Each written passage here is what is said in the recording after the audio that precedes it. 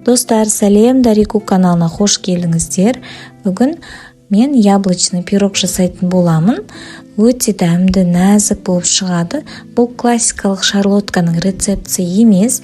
Бұл өзгеше, ерекше, өте дәмді алмалы пирог. Міндетті түрде видеоны соңына дейін қараңыздар. Егер каналға тіркелмесеңіз, тіркеліп кетіңіз.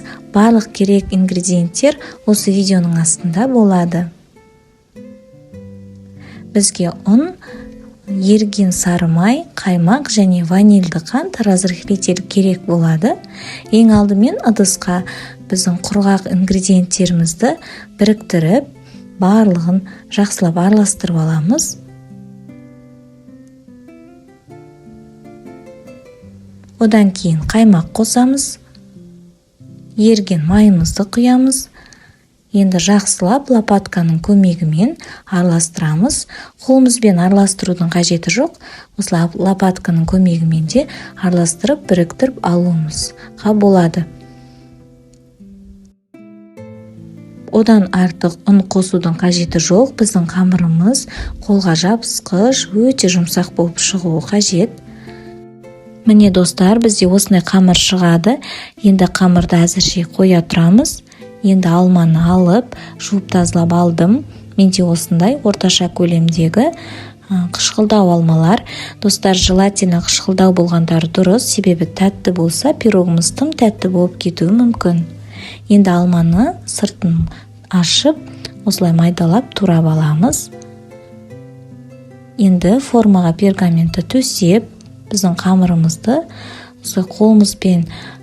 қолымыздың көмегімен барлық жерге орналастырып шығамыз. Бортиктерін жасап аламыз.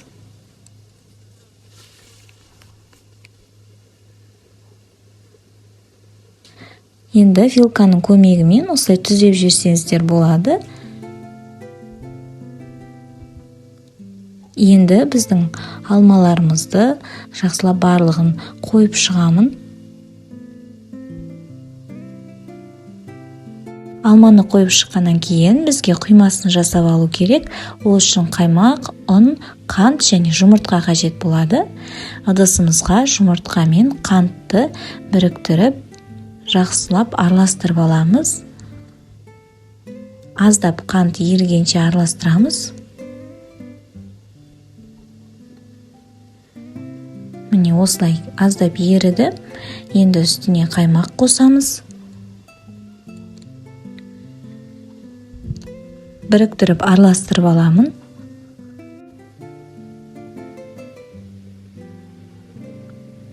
Енді ұнды қосамыз. Ұнды қосып, жақсылап араластырамын.